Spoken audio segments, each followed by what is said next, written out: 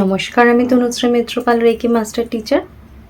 আজকে আমি যে বিষয় নিয়ে জানাতে এলাম সেটা হচ্ছে জন্মাষ্টমী তিথি। ভাদ্র মাসের কৃষ্ণপক্ষের অষ্টমী তিথিতে জন্মাষ্টমী তিথি পালিত হয়। রোহিণী নক্ষত্রে ভগবান বিষ্ণুর যে অষ্টম অবতার ভগবান কৃষ্ণ, তার জন্ম হয়। এই জন্ম নিয়েই কিন্তু জন্মাষ্টমী তিথি পালিত হয়।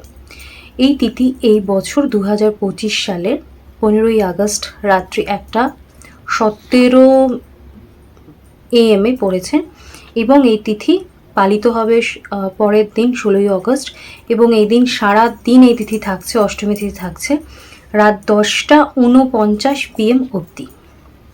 আজকে আমি আপনাদেরকে এই জন্মাষ্টমী তিথিতে সমস্ত কিছু আপনাদেরকে জানাবো। তার সাথে সাথে আমি যেহেতু রেকি নিয়ে আপনাদেরকে বিভিন্ন ইনফরমেশন, বিভিন্ন টিপস দিয়ে থাকি, তো আজকেও আমি অবশ্য করেই আপনাদেরকে একটা স্পেশাল টিপস দিয়ে রাখবো, যেই টিপসটা আপনারা অবশ্য করে অ্যাপ্লাই করবেন এবং আশা করব আপনাদের জীবনের সকল সমস্যা আপনারা এই বিশেষ তিথিতেও অবশ্য করেই আপনাদের জীবন থেকে রিলিজ করতে পারবেন।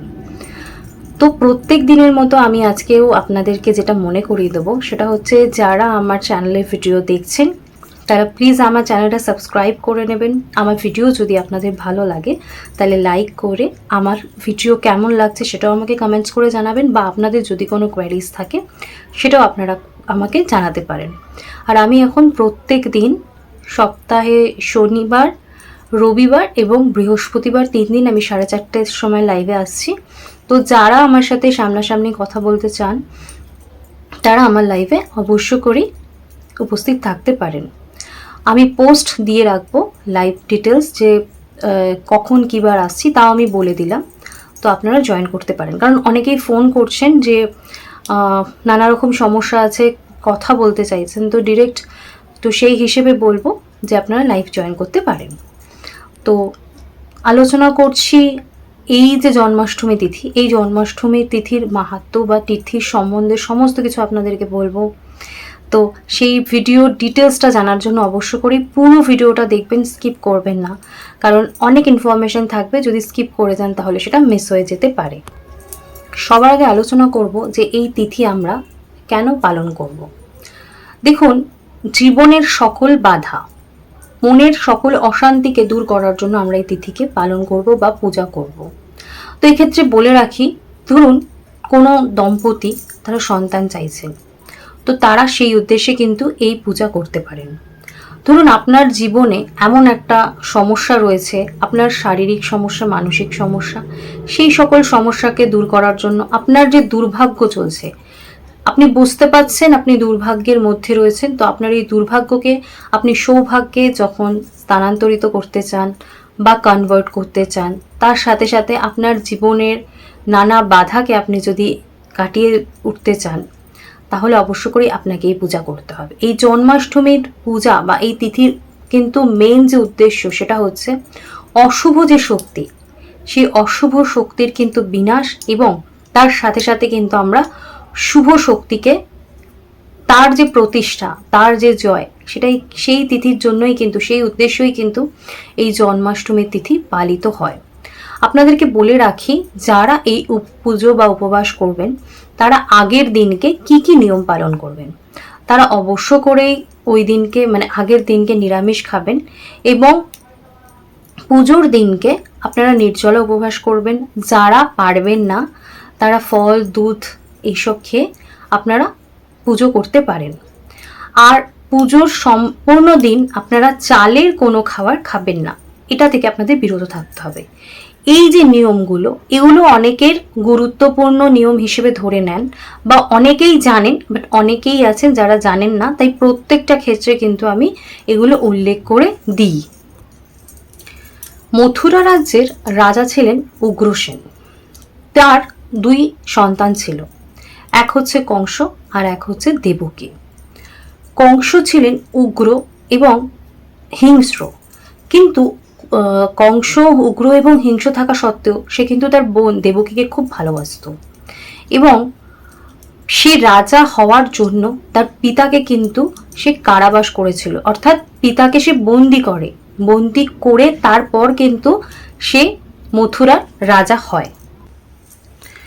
কংস ভগবান শিব বা মহাদেবের পূজা করে তাকে সন্তুষ্ট করেছিলেন এবং সেখান থেকে বর পেয়েছিলেন যে কেউ তাকে হত্যা করতে পারবে না, শুধুমাত্র তার বোন দেবকী, তার পুত্রই তাকে হত্যা করবে। এরপর কংস তার যে বোন দেবকী তার সাথে বাসুদেবের বিয়ের অনুষ্ঠান ধুমধাম করে পালন করেন এবং এই বিয়ের দিনকেই আকাশবাণী হয় যে দেবকীর যে অষ্টম সন্তান পুত্র, সেই পুত্রর হাতেই কংসের মৃত্যু হবে এবং এই আকাশবাণী শুনে কংস ভয় পেয়ে যান।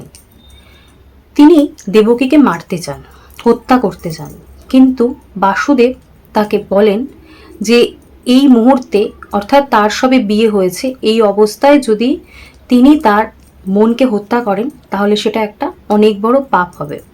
তাই তিনি তাকে দেবকীকে হত্যা করতে বাধা দেন এবং তিনি কথা দেন যে তার প্রত্যেক সন্তানকে তিনি কংসের হাতে তুলে দেবেন। এরপর কংস দেবকীকে এবং বাসুদেবকে কারাগারে বন্দি করেন।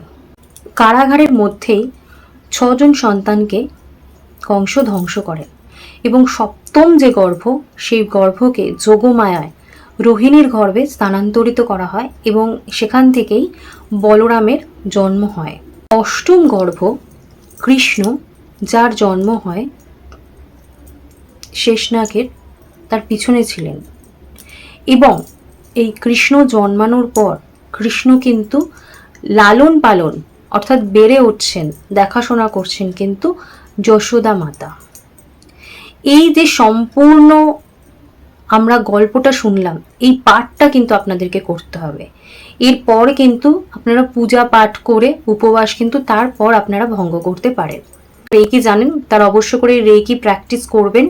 আপনারা যখন প্র্যাকটিস করবেন তখন আমরা যেমন কলিং করি, আমরা যখন সব কিছু এনার্জিকে কল করছি, তখন এই দিন আপনারা অবশ্য করে ভগবান কৃষ্ণের এনার্জিকে কল করে রেকি প্র্যাকটিস করতে পারেন এবং জীবনে নিজেদের ভালোবাসাকে পূর্তি করতে পারেন। ভালোবাসার যে অভাব, যারা নিঃসঙ্গ ফিল করছেন তারা এই জিনিসটা করুন, দেখবেন লোনলিনেসটা কেটে যাবে এবং নিজেদের মনে থেকে একটা পজিটিভ এনার্জি আপনারা পাবেন। আর যারা রেকি জানেন না তারা কি করবেন, দেখুন আপনারা যখন পুজো করছেন তখন আপনারা চুপ করে বসছেন, নিজেদেরকে সারাদিনের অনেক কাজ, অনেক পরিশ্রম, সেক্ষেত্রে আপনারা রিল্যাক্স হয়ে বসছেন, আপনারা ডিপ ব্রিথ নিচ্ছেন, নিজেদেরকে রিল্যাক্স করছেন, মন এবং শরীর সম্পূর্ণ রিল্যাক্স করছেন, করে আপনারা সোজাসুজি ভগবান কৃষ্ণর দিকে তাকিয়ে আপনার যদি কোনো দুঃখ থাকে, কষ্ট থাকে, সেটা আপনারা জানাতে পারেন।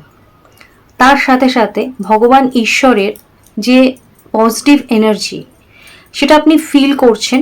জাস্ট আপনি বসে আছেন চোখ বন্ধ করে এবং আপনি দেখছেন যে ভগবানের যে অরাটা, সেই অরাটা বাড়তে বাড়তে বাড়তে বাড়তে এতটা স্প্রেড হচ্ছে, একটা গোল্ডেন কালারের অরা আপনি দেখছেন এবং সেই অরাটা আপনাকে কভার করছে।